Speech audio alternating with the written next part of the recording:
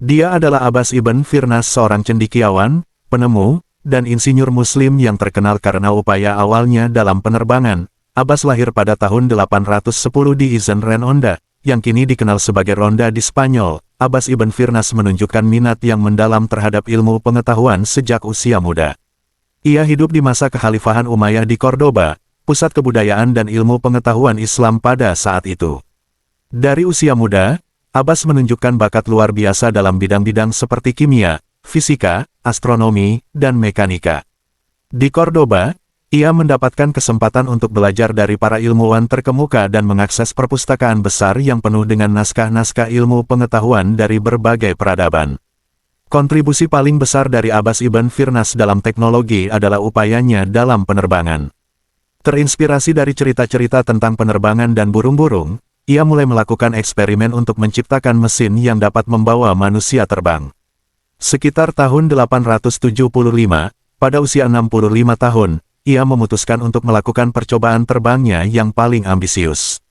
Kemudian Abbas merancang dan membangun sebuah alat yang terbuat dari sutra dan bulu-bulu burung, dengan desain yang menyerupai sayap burung. Dengan alat ini, ia berencana untuk meluncur dari sebuah menara tinggi di dekat Cordoba.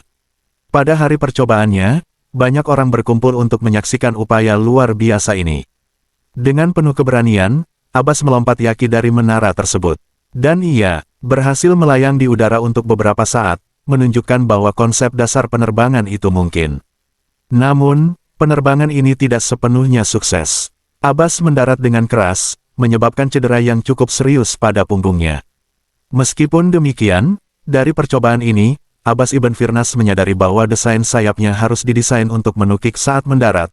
Ia menyadari pentingnya bagian ekor untuk menstabilkan dan mengontrol pendaratan, konsep yang baru dihargai berabad-abad kemudian dalam desain pesawat modern. Upaya Abbas ibn Firnas dalam penerbangan dianggap sebagai salah satu percobaan terbang yang paling awal dalam sejarah. Meskipun ia tidak berhasil terbang jauh atau mendarat dengan sempurna, eksperimennya menjadi inspirasi bagi banyak ilmuwan dan insinyur masa depan.